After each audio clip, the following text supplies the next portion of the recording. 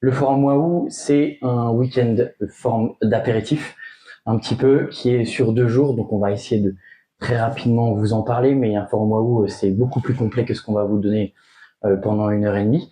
L'objectif, c'est de vous donner un désir sur découvrir ce qu'est la théologie du corps de Saint Jean-Paul II, sur la question de l'affectivité et de la sexualité.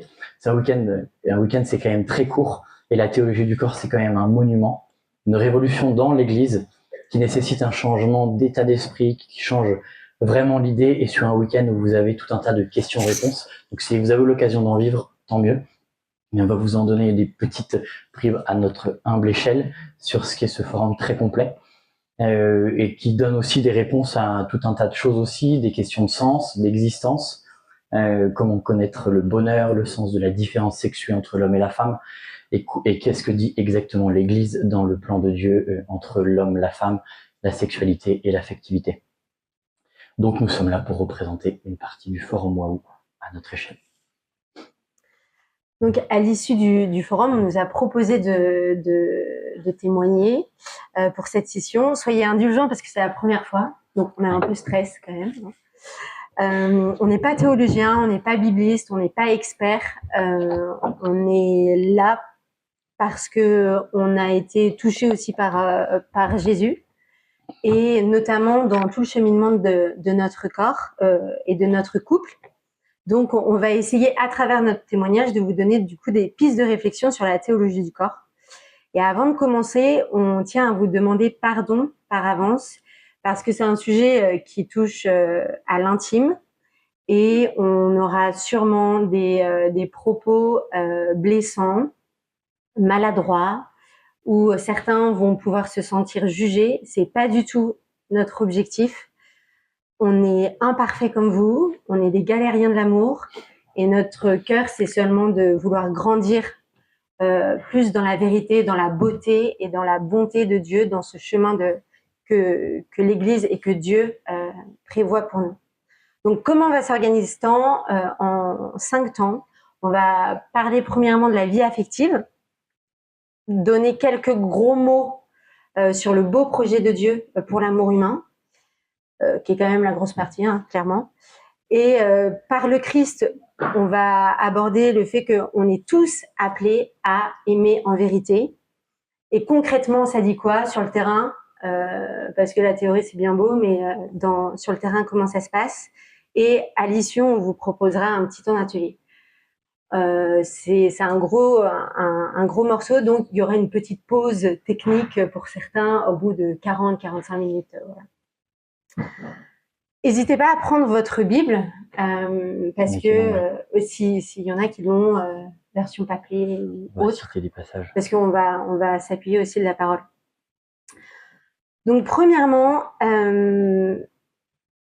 si on devait partir de la base, et si vous deviez retenir une seule chose, c'est quoi? C'est le fait que chacun ici, chacune, tu es désiré, tu es nécessaire, tu es unique, tu es irremplaçable. Et je vous invite, je vais le redire encore une fois, parce que vraiment, il faut qu'on l'intègre. Tu es désiré, nécessaire, unique, irremplaçable. Et je vais vous inviter à le réciter à voix haute, parce que souvent, en fait, on se trouve toujours moins bien que notre voisin, plus gros, plus mince, plus machin, moins intelligent, moins drôle, etc. On est toujours dans la comparaison égale poison. Mais si tu es là, c'est que Dieu t'a désiré. Donc, je vous invite à ce qu'on le dise tout fort. Je suis désiré, je suis nécessaire, je suis unique et je suis irremplaçable. Si vous retenez que ça du topo, déjà, c'est un bon début. Donc, on a tous besoin d'aimer, on a tous besoin d'être aimés, on est câblés pour ça. Dieu nous a câblés pour ça. Mais pourtant, on est tous en manque d'amour, on est mal, on blesse les autres, on se blesse nous-mêmes. Et donc, on va essayer de se replacer dans notre histoire personnelle. On va vous inviter à vous replacer dans votre histoire perso, et aussi de se replacer dans l'histoire de l'humanité, dans le plan de Dieu. Donc, la vie affective, déjà, de base, de quoi on parle? Qu'est-ce que c'est? On va vous donner des repères sur ce que c'est et sur ce que ce n'est pas. À moi. Ce que c'est. La vie affective, nous entendons par vie affective tout ce qui nous lie à nos émotions et à d'autres personnes, vis-à-vis d'autres personnes. Elle englobe l'ensemble de nos émotions, de nos sentiments et motivations que nous vivons. Elle peut prendre différentes formes. Il y en a certains qui connaissent peut-être les fameux 5 langages de l'amour de Gary Chapman, donc qui prennent en compte notamment c'est donc un Américain qui classe en grande partie 5 manières d'exprimer de l'affection et de l'amour. Notamment, c'est les 5 que sont le toucher, les paroles valorisantes, les moments de qualité, les cadeaux et les services rendus.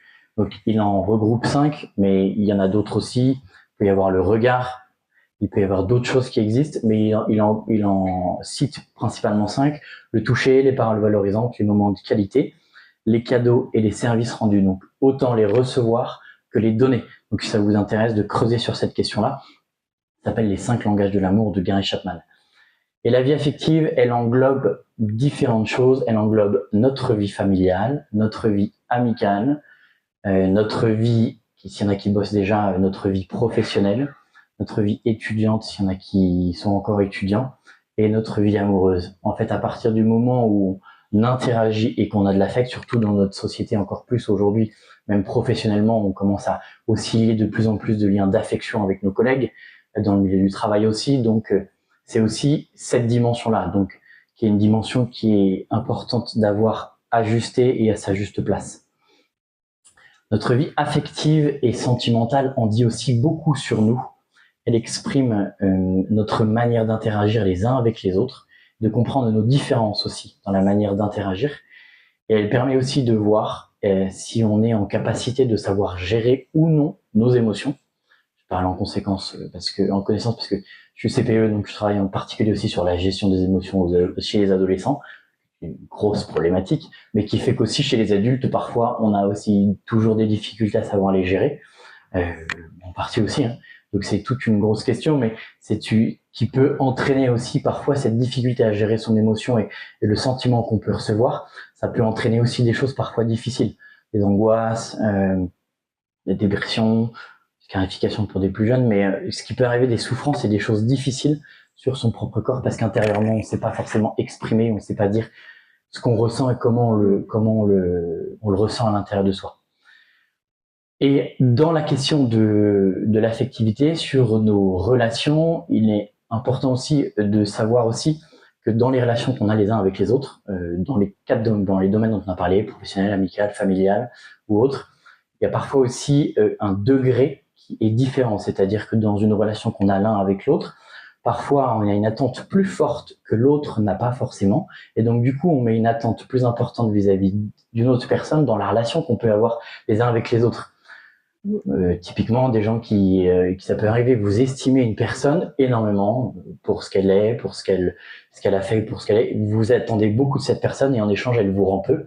Donc parfois c'est aussi un lieu de souffrance, se dire à quel degré on met le niveau de relation qu'on a avec les autres, et parfois ce qui entraîne des déceptions, et de se dire moi c'est le lien que j'ai avec la personne, mais la personne qu'elle a avec moi n'est pas forcément toujours le même. Les ados aiment bien utiliser le terme de BFF, Best Friend Forever, qui est très à la mode. En fait, je donne tout, tu donnes tout. C'est-à-dire qu'en gros, c'est très entier. Il y a un côté qu'on verra tout à l'heure, mais de volonté d'être aimé entièrement. Et donc, sur ce point-là, de savoir aussi que on n'a peut-être pas forcément le même degré d'attente en fonction des relations qu'on a avec les autres et que les gens ont avec nous. Ce que la vie affective n'est pas. Ce qu'elle n'est pas, elle ne doit pas être un remplacement d'un manque d'affection. C'est pas une réparation de nos blessures passées. On en a tous. On va l'aborder après. Et ça ne doit pas répondre ou suppléer à ma peur de ne pas être aimée. En gros, ça doit pas être un pansement. Que ce soit dans les relations amicales ou amoureuses. Amoureuses, on en parle beaucoup plus. Mais c'est pas parce que je me sens seule et que j'ai peur d'être seule qu'il faut absolument rentrer dans une relation, parce qu'en plus c'est pas juste, vous allez blesser l'autre personne et vous blesser aussi. On a tous des blessures dues à un manque d'amour. Ceux qui nous blessent les premiers et le plus, ce sont nos parents. Parce qu'en tant qu'enfant, on les idéalise, on les pense parfaits, et à un moment donné, on se casse la gueule parce que en fait, on se rend compte que ils sont faillibles et donc advient des grosses blessures, une grosse déception de l'amour et de la confiance aussi. Alors tout le monde ne passe pas par là, mais quand même c'est une grosse blessure pour beaucoup de personnes. Donc il est important de les comprendre ces blessures et de les gérer, de prendre du temps pour penser ces blessures parce qu'elles vont constituer une étape indispensable sur notre chemin de guérison et sur la construction de notre personne en vue du coup de relations ajustées. Personnellement, il y a un micro. Personnellement, ça a été une étape que j'ai aussi vécue parce que dans le couple de mes parents, il y a une question d'adultère. Donc je l'ai découvert, j'étais ado, j'avais 15 ans, donc déjà mes parents me faisaient chier par principe parce que j'étais ado. Mais là, il y a une grosse rupture de confiance et d'amour. Pour moi, le mariage, c'était bullshit. Ils étaient chrétiens pratiquants, donc encore plus bullshit. Et donc là, il y a une vraie rupture. J'ai voulu prendre d'une part une distance physique avec eux, mais une distance aussi de tous les enseignements qu'ils ont pu, beaucoup d'enseignements qu'ils ont pu m'apprendre, m'enseigner. Et donc, il a été question de retravailler ce rapport avec mes parents et retravailler aussi cette question de l'amour et de la confiance dans le regard de Dieu. Donc, il est important de reconnaître ces blessures qui nous permettront derrière, c'est ça la finalité en fait, c'est d'en être libre et de pouvoir poser par la suite des choix en liberté. Plus à titre aussi personnel, parce que notre topo est aussi construit avec une partie de nos témoignages. Moi, plus à titre personnel, ça a été une blessure notamment liée avec mon papa, de se rendre compte que il y avait une maladie aussi derrière, un narcissique et surtout sur de la bipolarité, donc quelque chose qui a été aussi blessant et de se construire et d'avancer comme ça, donc quelque chose qui a aussi été difficile à accepter, difficile à reconnaître. Et de savoir que derrière il y a des blessures, mais surtout derrière qu'est-ce qu'on met en place et qu'est-ce qu'on fait pour essayer d'avancer au milieu de tout ça. On peut passer son temps à se victimiser, à dire voilà j'ai souffert toute ma vie, ça a été difficile, et de pas prendre les choses en main et de bien faire la distinction aussi sur une blessure et une réparation qui doit être de l'ordre du psychologique et de l'ordre du spirituel, de bien segmenter aussi les choses, de se dire voilà moi j'ai fait derrière tout un accompagnement là, pendant des années avec une psychologue sur cette question-là, sur la blessure avec mon père qui a entraîné aussi beaucoup de conséquences derrière, hein, sur la question du modèle masculin, sur les choix à poser, et justement sur la question des choix libres à pouvoir poser, tant dans la dimension affective que sur la dimension professionnelle, que sur la dimension relationnelle, de pouvoir dire des choix libres en pleine connaissance et sous le regard de Dieu, de se construire. J'ai eu la chance d'avoir une psychologue qui était chrétienne sur lequel elle me disait très régulièrement, elle me disait, ouais, répétez le psaume que il est votre forteresse, il est votre citadelle, il est votre rocher sur lequel vous vous appuyez en toutes circonstances. Et vraiment de s'appuyer à la fois sur la parole de Dieu et en même temps que cette psychologue puisse travailler sur toute la question cognitive et puis psychologique. Donc important de pouvoir à ce niveau-là. Et malgré toutes nos blessures, on le répète, on est toujours désiré, aimé, nécessaire, unique et irremplaçable. Ok, next suite. Nous sommes faits pour aimer et pour être aimés. On passe notre vie à chercher à être aimé et à pouvoir aimer. On voudrait juste vous citer le passage d'Isaïe dans l'Ancien Testament. Tu as du prix à mes yeux, tu as de la valeur et je t'aime. Ne crains pas car je suis avec toi. Voilà, vous pouvez simplement aussi mettre votre prénom dessus, de vous sentir pleinement concerné que vous êtes aimé, désiré, nécessaire, unique et irremplaçable aux yeux de Dieu. Donc, une fois qu'on a dit tout ça, quel est le projet de Dieu pour l'amour humain? Le plan de Dieu pour l'amour humain, d'où vient la vie affective, tous les besoins de relation les uns avec les autres. T'avais mis les questions ou pas? Non, ok. Quelle était l'intention créatrice de Dieu, son projet pour l'humanité? Pourquoi Dieu a-t-il créé l'homme avec un grand H, humanité, hommes et femmes, masculin, féminin? Et quel rapport entre la sexualité humaine et Dieu? qu'est-ce qu'il vient faire au milieu de tout ça? En s'appuyant sur les catéchèses de Saint Jean-Paul II, de la théologie du cœur et sur la parole de Dieu, on va essayer de vous partager quelques éléments qui accompagnent notre réflexion. Donc, première chose, quelle était l'intention créatrice de Dieu, son projet pour l'humanité? Dieu n'avait clairement aucune nécessité à nous créer, car il est parfait, il est la perfection. Il ne lui manque rien pour simplement être. Dieu est. Il n'a pas besoin de tout ça. Il est communion de trois personnes, éternel échange d'amour entre le Père, le Fils et l'Esprit Saint. Regardez bien cette image de la communion entre le Père, le Fils et l'Esprit Saint, d'une communion éternelle d'amour, de relation perpétuelle. Dans Saint Jean, qui est chapitre 4, verset 16, Dieu est amour. En 3 mots, tout est résumé. Dieu est amour. Il est avant quoi que ce soit, avant de faire, il est. Il est amour en ces 3 personnes et en la Trinité. Dieu nous a créés par pure générosité gratuite. Dieu nous a créés par amour, pour l'amour, pour la vie et pour être heureux. Dans le livre Deutéronome au chapitre 30, verset 19, voilà, oui, si tu peux le mettre, merci. Je mets devant toi la vie ou la mort, la bénédiction ou la malédiction. Choisis donc la vie pour que vous viviez. Donc, dès les débuts, Dieu est amour et Dieu nous met la vie et la mort devant soi. Donc il y a déjà une question du choix qui se pose. Et je mets devant toi la vie et la mort, choisis donc la vie. Dieu nous a créés pour nous unir à lui qui est pleinement amour. Cela veut dire qu'il nous fait vivre de son amour perpétuel, d'un amour éternel et relation. C'est pourquoi nous sommes désirés, uniques, nécessaires et donc irremplaçables, chacun d'entre nous. Dans le livre de la Genèse, on va avancer un petit peu, dans le chapitre 1, versets 26 à 27, Dieu dit, dans la création, « Faisons l'homme à notre image, selon notre ressemblance, qu'il soit le maître des poissons, de la mer, des eaux, du ciel, des bestiaux et de toutes les bêtes sauvages et de toutes les bestioles qui vont et viennent sur la terre. » Et là, Dieu créa l'homme à son image, à l'image de Dieu, il les créa, hommes et femmes. On redécortiquera bien en détail, mais il créa d'abord l'homme avec un grand H, on n'a pas mis. L'homme, c'est l'humanité, à son image, et après il les créa féminin et masculin. Alors, toute personne est à l'image et conçue pour être aimée, pour aimer comme Dieu, pour la vie éternelle, là où Dieu veut nous retrouver. C'est pourquoi chaque personne est intouchable, a une immense dignité, parce qu'elle est création de Dieu et image de Dieu.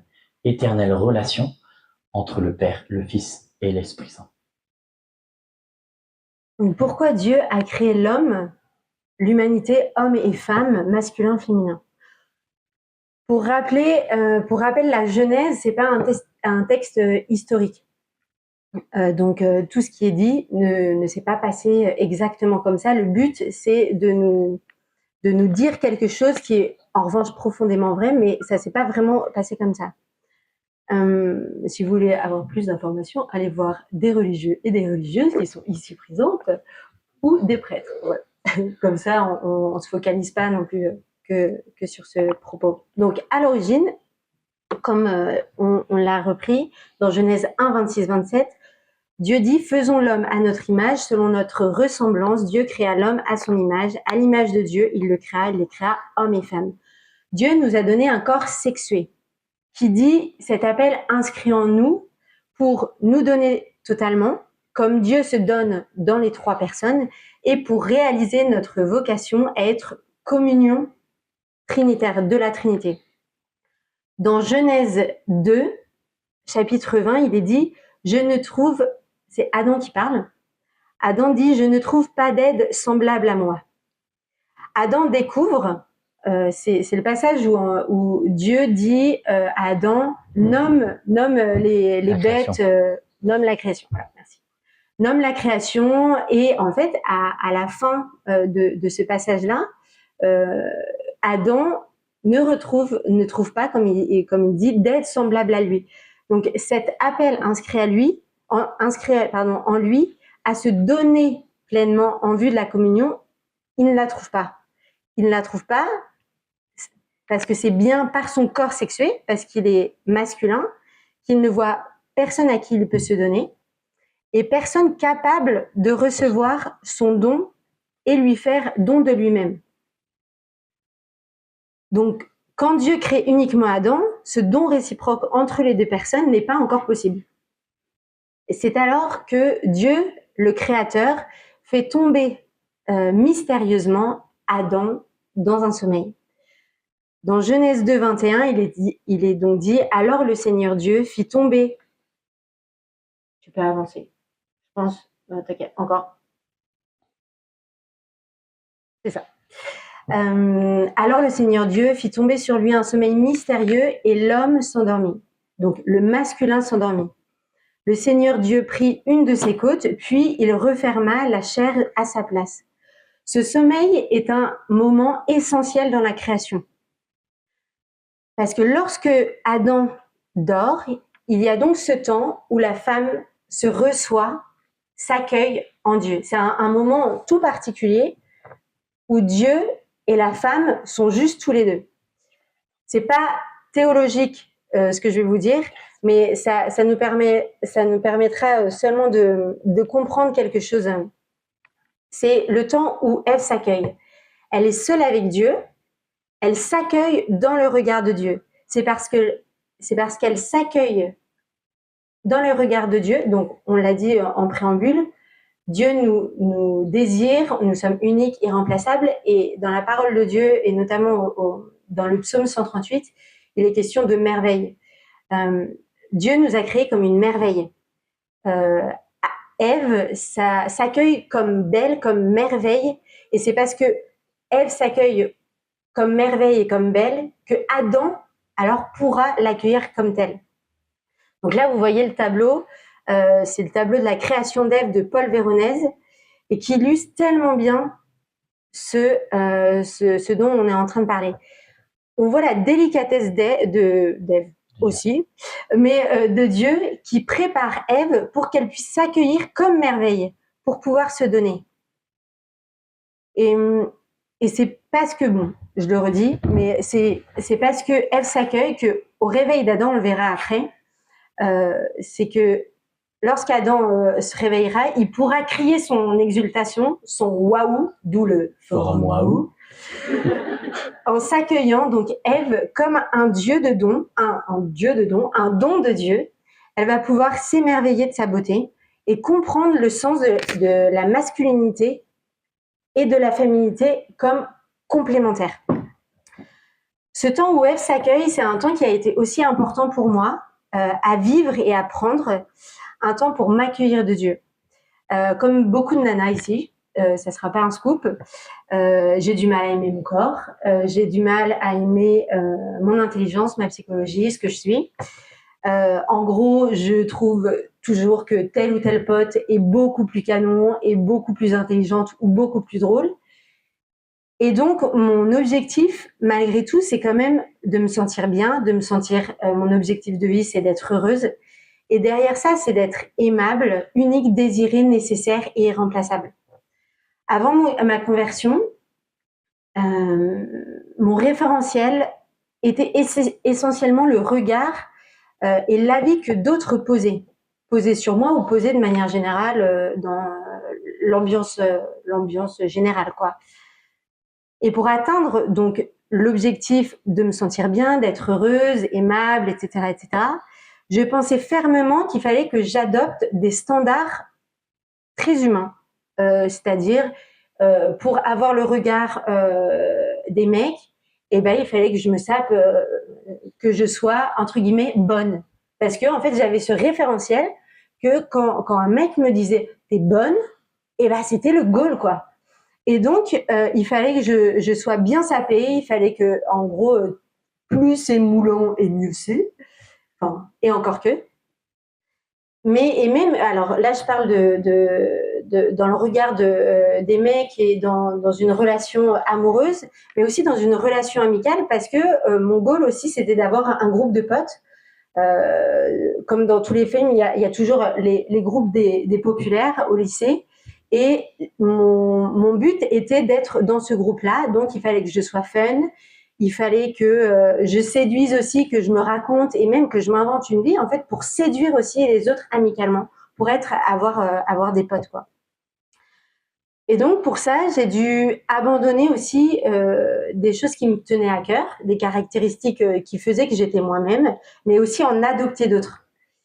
Et après ma conversion, j'ai eu la ferme conviction que le Saint-Esprit me faisait comprendre que j'avais un mauvais référentiel. Et pour me trouver, il fallait que je cherche à Jésus, que je regarde à Jésus, mon fabricant, et non pas aux autres. Eux-mêmes sont complètement, Paul M ou n'importe qui, déjà on galère avec nous-mêmes. Donc comment les gens peuvent déjà savoir ce qu'il y a au plus profond de mon cœur, alors que Dieu, lui qui me connaît depuis toute éternité et m'a créé, lui sait comment je suis façonnée. C'est lui qui m'a créé. Qui mieux que Renault peut entretenir votre Renault? Si vous tournez chez le fabricant, c'est lui qui sait comment ça fonctionne. Voilà.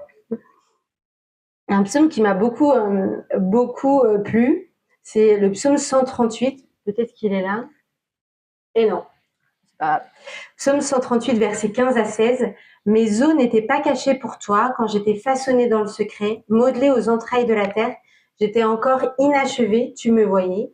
Sur ton livre, tous mes jours étaient inscrits, recensés, avant qu'un seul ne soit. Donc, c'est pas un accueil permanent, c'est quelque chose qui se travaille tous les jours, mais c'est un apprentissage donc de tous les jours, et me recevoir de Dieu en passant donc par lui, en regardant à lui, en cherchant son cœur, en cherchant sa face, me permet aussi moi de m'accueillir. Donc tout ça pour revenir à Ève, parce que Ève s'accueille, Adam donc peut crier son exultation, waouh. Et dans Genèse 2, 23, l'homme dit, et là tu peux mettre, l'homme dit cette fois-ci, voici l'os de mes os, la chair de ma chair. Et au réveil d'Adam, l'être humain se découvre masculin et féminin. Donc on a parlé d'Ève, on n'oublie pas Adam aussi, qui au milieu de tout ça découvre sa réelle raison d'être par l'altérité. Il est semblable, il trouve un être semblable à lui-même, puisque du coup en Genèse 2:20, il dit je ne trouve pas d'être semblable à moi. Maintenant Ève est arrivée. Il est appelé à accueillir le don de la femme et à s'émerveiller parce que différente. Et donc c'est par la différence qu'il exulte.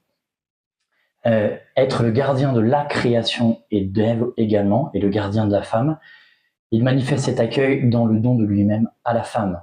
L'homme, donc masculin, se rend compte alors qu'il est l'image de Dieu avec la femme. L'homme, la femme et Dieu. La Trinité à trois. L'homme, la femme et Dieu. Petit rapide témoignage, mais...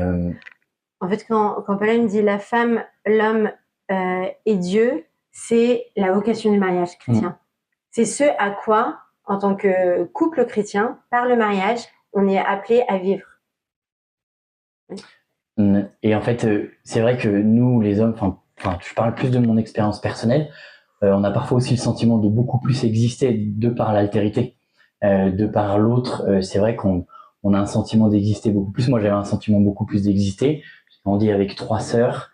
J'ai grandi aussi avec beaucoup d'amitié féminine. Et en fait, dans l'altérité, on se sent beaucoup plus exister. En tout cas, moi, je me sentais beaucoup plus exister, de par le fait qu'aussi, je cherchais aussi la présence féminine. Même si dans la présence masculine aussi on trouve d'autres complémentarités, mais donc pour dire aussi cette altérité. Et nous les gars, il faut quand même aussi qu'on soit capable de pouvoir s'accueillir avant de pouvoir accueillir notre Ève. Et donc le processus, un truc vraiment, c'est les gars, il faut qu'on arrive à accepter que d'abord il faut chercher Dieu, ensuite se trouver soi-même et ensuite la trouver. D'abord chercher Dieu, son identité en Dieu, se trouver soi et ensuite trouver notre Ève, entre guillemets, sur la relation homme-femme. Plus je connais Dieu, plus je me connais, puisque je suis fait à l'image de Dieu. Donc la complémentarité est le seul moyen de la communion. ce à quoi nous sommes appelés, notre corps personnel masculin et féminin, dans sa capacité à se donner, révèle que nous sommes créés dans la communion des personnes. En résumé. Donc notre origine, parce que Dieu est amour, Dieu nous a créés par amour et pour l'amour, pour être heureux. Nos corps disent cet appel inscrit en nous à se donner par la complémentarité et en vue de la communion. Notre destinée, c'est nous accueillir de Dieu comme beaux, belles, précieux, précieuses, désirées, uniques, irremplaçables. Prendre part à sa communion éternelle. Puis, le drame, la chute, parce que le chapitre de la Genèse ne s'arrête pas là. Satan, le père du mensonge, a voulu s'attaquer à l'image de Dieu et donc à l'homme et à la femme, la création. Pour ça, Satan les a fait douter de l'amour gratuit de Dieu pour eux et douter de la place de Dieu dans leur cœur.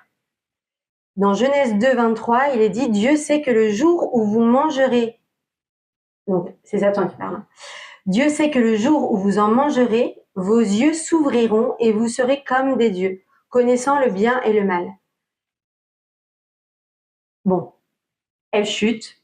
Adam, lui, botte en touche, donc chute aussi. Ouais, c'est un peu plus complexe. C'est un peu plus complexe, mais en gros, ils chutent tous les deux, quoi. L'homme, donc, l'être humain, l'homme et la femme, s'est coupé de Dieu, source de tout amour. Et donc, ils ont perdu le sens du don et ils ne lisent plus leur corps comme un corps de don. Par le péché originel, on a refusé que l'homme et la femme ont refusé l'amour de Dieu. Ils ont du mal à s'accueillir donc comme un don de Dieu, à se recevoir eux-mêmes, c'est-à-dire comme une merveille. Ils ont du mal aussi à accueillir donc la masculinité et la féminité, la complémentarité. Et donc, ils ont du mal aussi à accueillir l'autre comme un don de Dieu, comme une merveille. Ils ont du mal aussi à se confier, à prendre soin de l'autre. Et le corps devient un objet de jouissance pour mon plaisir et non pas en vue de la communion. Il y a une honte aussi autour de la sexualité qui apparaît. J'aime pas mon corps, je me trouve trop mince, trop grosse, etc. On ne comprend plus la signification de notre corps sexué. Notre sexualité est réduite à celle de l'animal. On a honte aussi d'être pris pour objet. Ça, c'est le fruit de notre amour, ça. On a une honte aussi d'être pris pour objet par l'autre. Et aussi, on a une honte de parler sérieusement de la sexualité.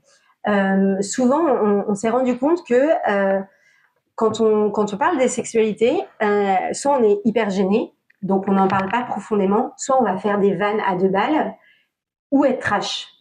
Et c'est difficile de parler profondément de sexualité sérieusement. Et sérieusement, alors que c'est profondément bon, et beau en plus. Donc, au lieu d'être dans une relation où on va être cheminant vers la communion, vers le don de l'autre, on va prendre l'autre comme ma chose, et même soi-même comme une chose aussi.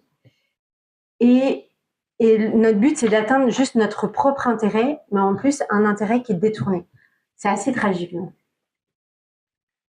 Voilà, il y a beaucoup de théories, mais je voudrais parler d'un point là en particulier, dans le cadre de mon témoignage, de pornographie et de masturbation. Ça va être un peu cash. Quand on parlait tout à l'heure de la question de, en fait, on est blessé, une question parfois sur la question de la sexualité où on ne vise plus le plan de Dieu, la pornographie et la masturbation, on est en plein dedans. C'est-à-dire qu'on amène les choses pour soi. C'est-à-dire que au lieu de se donner, on prend les choses. On prend les choses pour soi. Bon, les gars, on va être cash entre nous. Aujourd'hui, dans la salle, 100% des mecs ont touché à de la pornographie, y toucheront, ou sont toujours en train d'y toucher. C'est un fléau de notre société. C'est un vrai fléau de notre société. Donc, c'est quelque chose qui est difficile. Moi, j'y suis passé. Et c'est quelque chose où, en fait, on amène quelque chose pour son propre plaisir. pour soi-même. Donc on n'est pas dans un don en fait, de se donner, dans une logique de communion, de ce pourquoi Dieu nous a créés. Donc on abîme ce qui est profondément inscrit au fond de nous. Aujourd'hui notre société, on en parle à tout va, et c'est pas gênant. Moi il y a quelque chose qui me dérangeait énormément dans tous les copains que j'ai pu avoir, les amis que j'avais, beaucoup d'amis pas croyants, on parlait de ça de manière assez cash. Mais il y avait quelque chose qui dérangeait, je voulais et j'avais envie d'en parler avec des amis croyants, des amis chrétiens, et en fait on n'ose pas en parler. On n'ose pas en discuter, on n'ose pas en parler. Donc on en parlait souvent avec des amis pas croyants, mais pas de manière toujours très juste, très belle et très vraie. Et en fait, une fois, voilà, j'ai pris mon courage à deux mains, et avec un copain en particulier sur les coups de mes 22-23 ans, et j'ai décidé qu'on en parlerait. Je me suis dit, voilà, et toi, tu penses quoi de tout ça? Je me dirais, c'est vrai que j'en ai jamais parlé ensemble. Et puis là, on a aussi commencé à rentrer en cheminée, à cheminer et à en parler. Donc là, c'est plus un message pour les hommes, mais c'est plus dans la question de se dire, dans l'évangile, quand Jésus dit, par exemple, à partir du moment, il parle de la question de l'adultère, et il dit à partir du moment où on a le passage exact, c'est quand il dit à partir du moment où tu as désiré une femme juste avec ton regard, tu as déjà commis l'adultère dans ton propre cœur. Et en fait, dans la pornographie, on est exactement dans la même chose. C'est-à-dire qu'indirectement, on a déjà commis une certaine forme d'adultère, qu'importe qu'on soit déjà engagé ou pas forcément. C'est-à-dire que notre cœur se détourne et notre vocation sexuelle se détourne du but principal de ce pourquoi Dieu nous a créés. Et donc c'est ça où c'est difficile. Et qu'en fait aujourd'hui dans toute cette question-là, il y a tout un tas d'experts qui étudient le fonctionnement du corps humain, ce qui fait que chez les hommes très vite on peut tomber dans une certaine forme de dépendance avec la sécrétion d'une dopamine, donc de l'hormone du plaisir, qui fait qu'on a suffisamment ce qu'il faut pour avoir envie d'y retourner la fois d'après. Et donc de ramener cet amour, de prendre la chose et de la prendre pour soi de manière très animale. Et donc alors qu'on est fait pour se donner et pas prendre les choses. D'où l'expression, voilà, parfois cash qui peuvent utiliser, prendre quelqu'un. C'est que c'est vraiment quelque chose qui est devenu, qui blesse l'identité de l'homme, de l'être humain. Et ce qui fait qu'en fait notre regard très vite dans la question de la pornographie et de la masturbation, notre regard aussi est pleinement blessé et on devient très vite victime puisqu'en fait on perçoit la question de la sexualité à travers tout ce qui peut exister et tout ce qui circule sur Internet. Et qu'aujourd'hui, dans la société, il n'y a aucun problème de parler de ça et c'est pas du tout un souci. Et sauf que c'est complètement déréglé.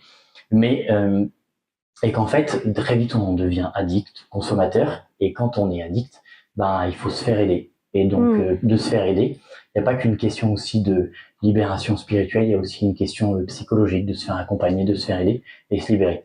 En gros, il faut à peu près 2 ans pour s'en sortir complètement et être complètement sevré pour pouvoir sortir de ça. Et ça, c'est un grand fléau de notre société.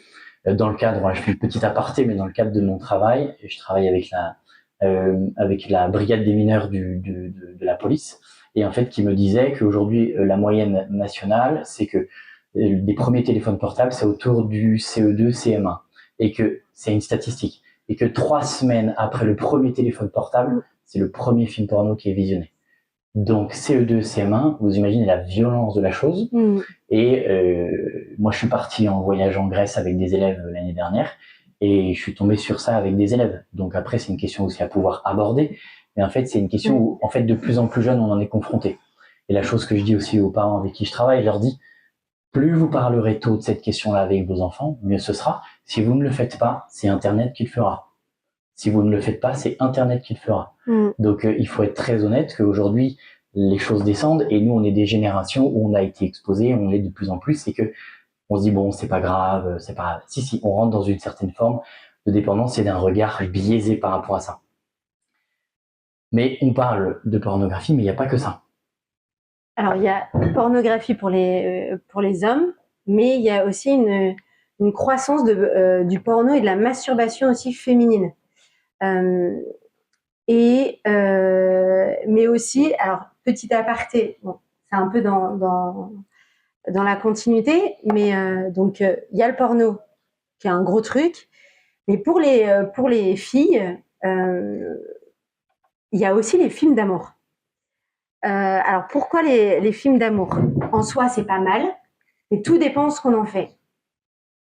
Et c'est en fait, on en a discuté il y a quelques années avec une amie qui me disait que elle était tombée dans la masturbation. C'était la première fois aussi qu'elle en parlait. Elle avait 23 ans.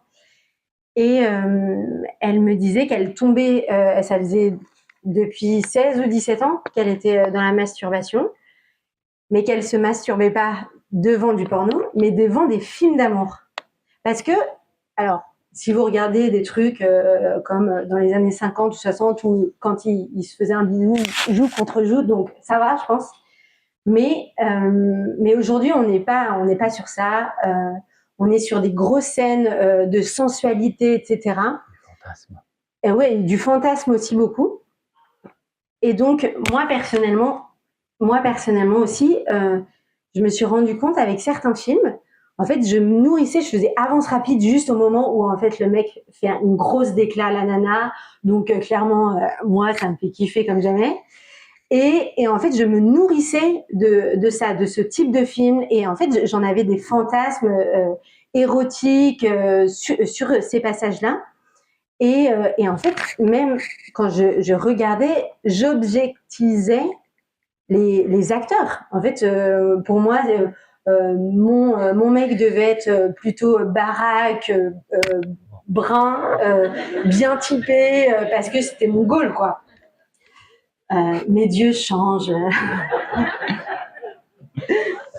Et en fait, moi, ça m'a aussi beaucoup formaté. Et quand je voyais des hommes pendant toute une période, c'était vraiment des bouts de jambon, quoi.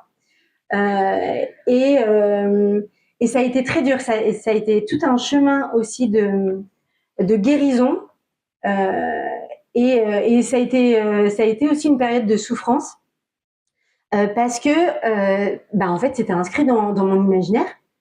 Et aussi dans le mariage, ça a été nécessaire aussi qu'on puisse en parler beaucoup parce que j'avais pas un regard chaste, c'est-à-dire respectueux.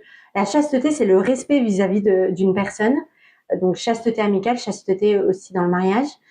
Et donc aussi très clairement, qu'est-ce que j'ai fait? Il y a des films, ça a été radical. Je les ai pris parce qu'on était encore au DVD. Je les ai pris, je les ai jetés, quoi. Et c'est tout un cheminement. Mais je pense qu'il y a, on parle beaucoup porno pour les mecs, mais les films d'amour font aussi des ravages chez les nanas parce qu'on a une image, un fantasme, un imaginaire sur les hommes et enfin on les enferme dans un truc de il faut qu'il m'apporte des fleurs ou qu'il me parle, me susurre des trucs à l'oreille, tu vois. Bah non, en fait, pas forcément. Pas forcément. Il y a d'autres manières aussi d'aimer, il y a d'autres manières et de rester libre, en fait. Se laisser la possibilité d'être libre et la créativité aussi de l'homme face à ce qu'il peut susciter en moi. Donc, après la chute, l'homme et la femme voient leur corps comme un plaisir narcissique.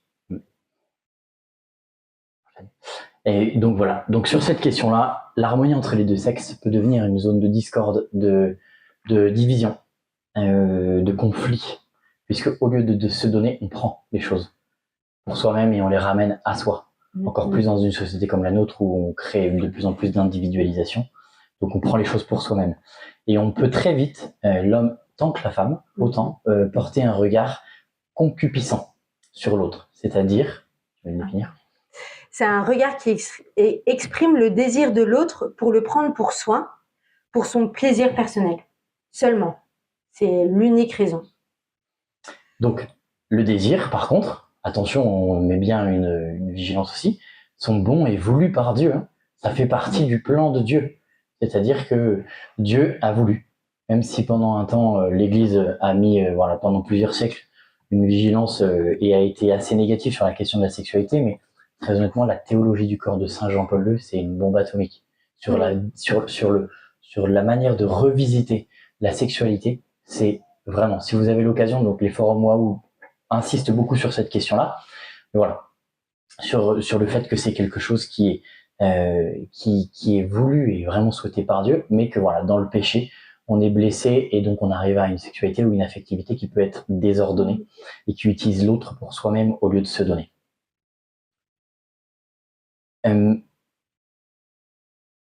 La bonne nouvelle au milieu de tout ça, et après on va faire une pause, c'est que le Christ est venu au milieu de nous. Amen. Il est venu au milieu, et merde, il est venu au milieu de nous en donnant notamment son corps. C'est-à-dire que dans son incarnation, Dieu lui-même est venu dans le corps de Jésus et s'est donné par le corps, justement, pour qu'on puisse être racheté. Et donc, notamment à la croix, il s'est donné tout entier pour nous.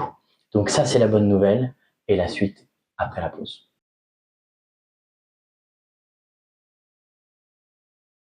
C'est pas du tout ça, mais que Dieu créa l'homme avec un grand H, l'humanité, et après, à partir du moment où il créa Ish et Isha, l'homme, l'être humain est sexué, homme et femme. Voilà. Qu'on soit juste bien d'accord.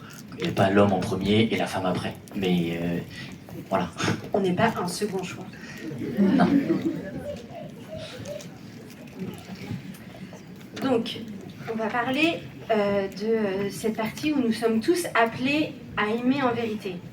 Donc, comme l'a dit Paul M avant la pause, la bonne nouvelle, c'est que le Christ est venu par le don de son corps pour restaurer le projet de Dieu pour l'amour humain. Même si nous avons quitté cet état d'origine par le péché originel, donc on a revu brièvement ce à quoi on était appelé au départ avant la chute, et même si nous sommes blessés dans notre nature humaine, notre corps nous accuse, mais le problème n'est pas tant notre corps que notre cœur.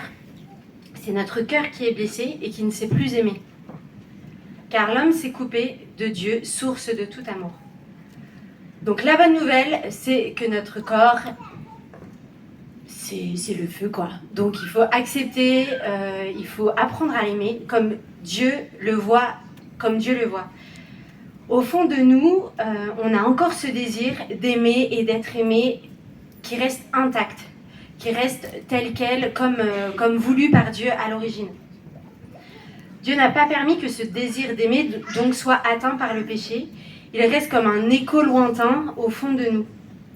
Et c'est ce que le pape François a dit dans Amoris Laetitia. C'est une réponse aux attentes. Je pense. C'est une encyclique, je ne sais pas si tout le monde situe, mais Amoris Laetitia, c'est une encyclique du pape, donc un document pontifical sur la joie de l'amour en latin. Tu peux, vas-y. Alors je me suis perdue, blablabla. Voilà. C'est une réponse aux attentes les plus profondes de la personne humaine. Voilà la bonne nouvelle. Et donc, à travers ce préambule, on s'est posé aussi des questions. Mais alors, comment on retire ces parasites qui bouchent notre capacité d'aimer? Et comme le disait François dans une autre encyclique, comment retirer ces tas de feuilles mortes qui étouffent notre cœur? Pour retirer ces feuilles mortes et ces parasites, il y a un seul nom. Le nom de Jésus et la personne de Jésus. Bien que l'homme se soit coupé de Dieu, Dieu n'a absolument pas abandonné son projet splendide de vouloir être en communion parfaite avec l'homme. Et la communion parfaite sera au ciel, mais que par la personne de Jésus, c'est le Christ qui est venu restaurer notre corps et restaurer ce projet de Dieu et de l'amour humain. Donc c'est Jésus qui vient ressourcer et qui vient nous redonner cette espérance. Le centre le plus intime de notre personne, créé pour l'amour, ne réalise le projet de Dieu que lorsqu'il aime. Le Christ, en se donnant sur la croix, vient épouser l'humanité entière, hommes et femmes. Par le don de son corps, il guérit et restaure notre cœur. Il redonne une dignité à notre corps. C'est pour ça que Dieu a choisi d'envoyer son Fils, qui est lui-même Dieu, dans la Trinité, d'envoyer son Fils dans l'incarnation. Et c'est l'incarnation même qui fait qu'il nous restaure dans notre corps. Là où nous pensions que notre capacité d'amour était définitivement morte, Jésus vient réinventer cet amour et le renouveler et relier cette nouvelle alliance que Dieu a fait avec nous. En lui, nous devenons capables, comme dit l'encyclique d'Elixit Nos, chapitre 28. En lui, nous devons, je ne sais pas si on l'a. Oui. Non, c'est pas celui-là. Pas grave. En lui, nous devenons capables à nouveau de vivre des relations saines et heureuses les uns avec les autres. Et que c'est la personne même de Jésus, l'exemple qu'il nous a donné sur terre et dont l'évangile est pétri. Capable aussi à nouveau de nous accueillir comme une merveille aux yeux de Dieu, car nous sommes uniques, irremplaçables. Voilà, maintenant vous connaissez tous le leitmotiv. Et donc, on ne se sauvera pas de nous-mêmes, de la dureté de notre cœur, mais c'est en accueillant le Christ qui, lui, va nous guérir par sa grâce, qui va guérir notre cœur. Et pour que cette transformation puisse être agissante dans nos vies, il y a deux moyens. Donc, on a dit que c'était Jésus qui allait être l'acteur principal de cette guérison. C'est que nous, on puisse s'ouvrir et accueillir son amour. Et la deuxième, c'est d'avoir une confiance en l'amour infini de Dieu pour nous-mêmes. En gros, l'ouverture, si vous donnez un dé à coudre à Dieu, il le remplira. Si vous lui donnez une boulinette, pour ceux qui ont la référence, il le remplira.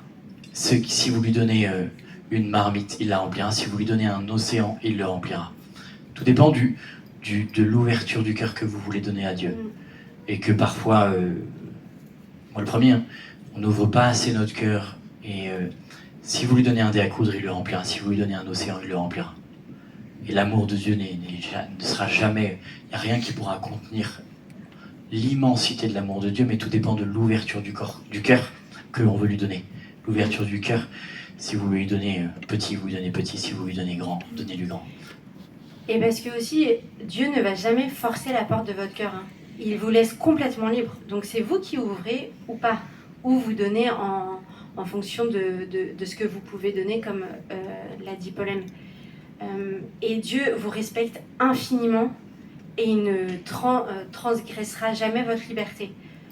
Et il est déjà très content de cette petite ouverture, parce que parfois on peut être très dur avec soi-même. Chacun on a ses galères, chacun peut-être certains ont subi vraiment des choses très difficiles. Mais soyez indulgents avec vous-même.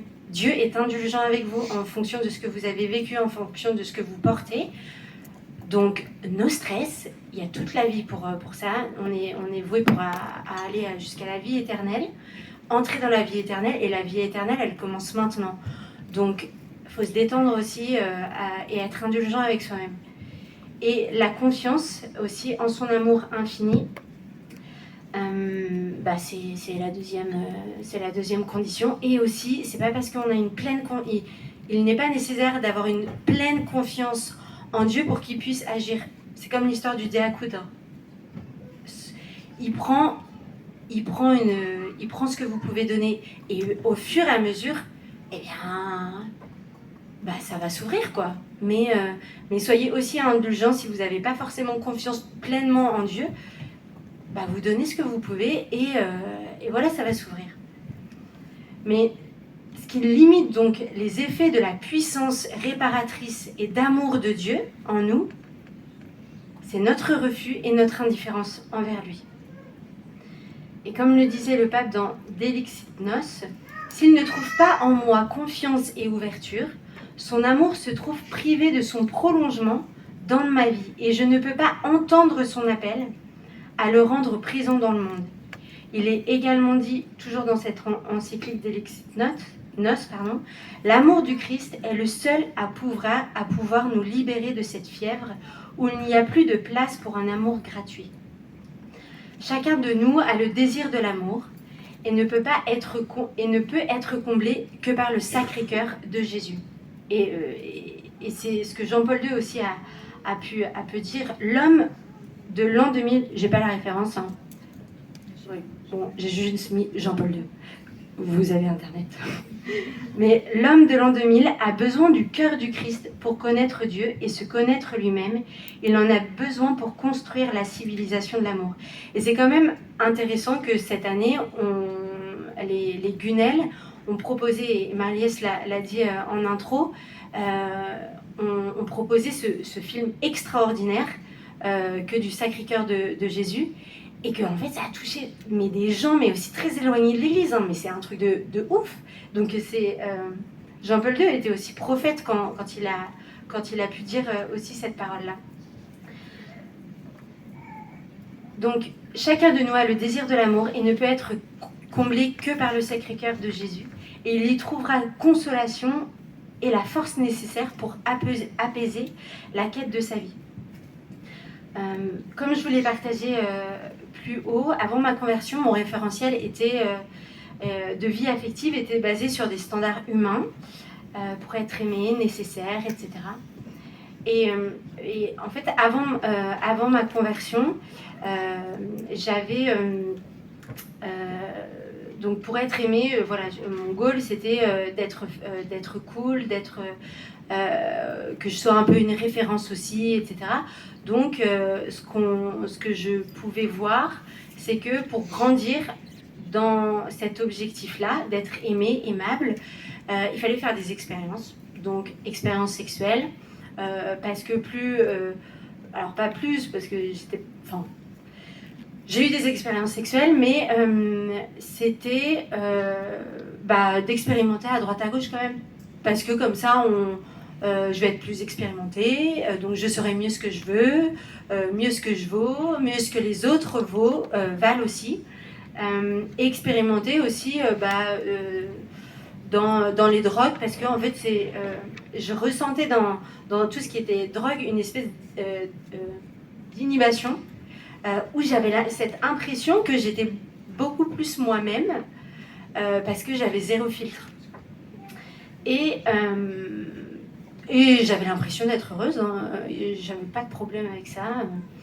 Et Dieu est très créatif, parce que il m'a touchée par esprit de contradiction, où j'ai atterri par esprit de contradiction au pèlerinage de Chartres. Des bons petits catholiques bien tradis. Donc les tradis, c'est la messe en latin, genoux, debout, assis, genoux, debout, assis, on se tait, on chante à latin. Et pour moi, c'était des intégristes. Et en fait, j'en parlais avec des potes non croyants. Donc je cassais du sucre sur leur dos, et ils m'ont dit, mais est-ce que tu en connais? Je suis non. D'où tu parles? Donc là, clairement, moi je me suis dit, ok, j'ai les dates, j'y vais. Et donc Dieu est drôle, et Dieu connaît nos cœurs, Dieu connaît nos timings, et en fait il m'a touchée à ce premier pèlerinage, où il a mis en moi, bon, ça a été un cheminement après de 2 ans, hein, mais il a mis en moi ce désir de lui, et vraiment j'avais une soif de savoir qui était Dieu. Donc pendant 1 an, voilà, j'ai cheminé, et en fait, plus je m'approchais de lui, et notamment c'était dingo, notamment dans la prière, dans l'adoration, dans les temps de silence, quand je lisais la parole de Dieu, et quand je louais, donc je chantais, là c'était le must. Plus j'avançais dans cette connaissance de Dieu, et plus j'avais des manifestations qui n'étaient pas forcément fun. Et moi qui avais pris de la drogue, je me suis dit, mais meuf, t'es complètement barjot. Je faisais de la psycho, donc j'avais l'impression d'être névrotique comme jamais. Mais j'avais des scènes de sexe en permanence quand je chantais, et c'était comme des flashbacks. J'avais des envies de vomir, j'avais des sueurs froides, enfin c'était terrible. Et j'ai fait une retraite spirituelle à la Flatière, qui est un foyer de charité en face du Mont Blanc, le kiff. La semaine a été très rude. Et en fait, on m'a proposé de prier pour une délivrance, parce qu'on m'a dit oui, ce n'est pas normal d'avoir ça. Et en fait, ça a été un changement radical, vraiment le jour et la nuit. Quand je levais les mains, plus je levais les mains et plus j'avais envie de bûche, et là plus du tout, donc clairement j'étais comme as, c'était le feu. Et progressivement, en fait, j'ai vu dans ma vie, personnellement, quand j'ai fait cette rencontre avec le Christ, j'ai vu que quand Jésus dit que dans la parole de Dieu, dans la Bible, il libère les captifs, d'esprits mauvais. En fait, je l'ai vécu dans ma chair. Et donc, j'avais cette confiance intense que ce que dit Jésus est vrai. Donc, là, c'était le feu. Et j'avais envie de le suivre.